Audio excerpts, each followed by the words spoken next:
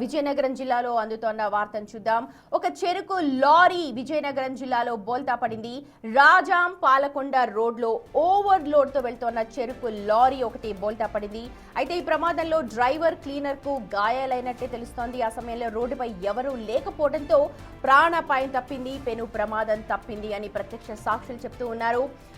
Sankili sugar ఫ్యాక్టరీకి చెరుకు పిప్పి తరలిస్తూ ఉండగా ఈ ప్రమాదం జరిగినట్టుగా తెలుస్తోంది. చూడొచ్చు, మొత్తం చెరుకు లోడ్తో వెళుతోంది.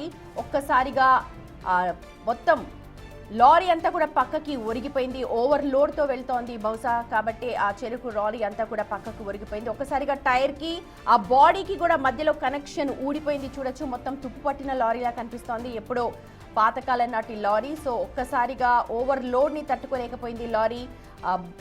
చెరుకు లోడ్తో వెళుతోన్న లారీ ఒక్కసారిగా పక్కకు ఒరిగిపోయింది. మళ్ళీ ఒకసారి ఆ దృశ్యాలను చూడండి. రాజాం పాలకొండ రోడ్డులో ఈ ప్రమాదం జరిగింది. ఒక్కసారిగా లోడ్తో వెళ్తున్న చెరుకు లారీ ముందుకు వెళుతూ పక్కకి ఒరిగిపోయింది.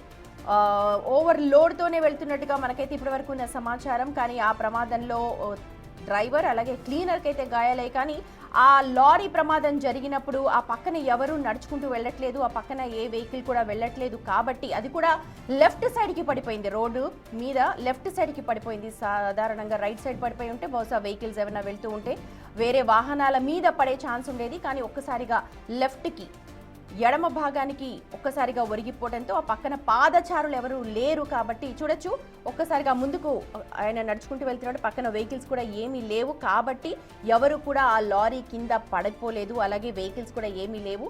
ఒక్కసారిగా లారీ మొత్తం కూడా పక్కకి లెఫ్ట్ సైడ్ ఒరిగిపోయింది.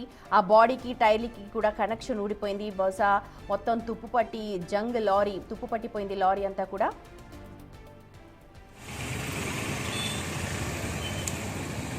No.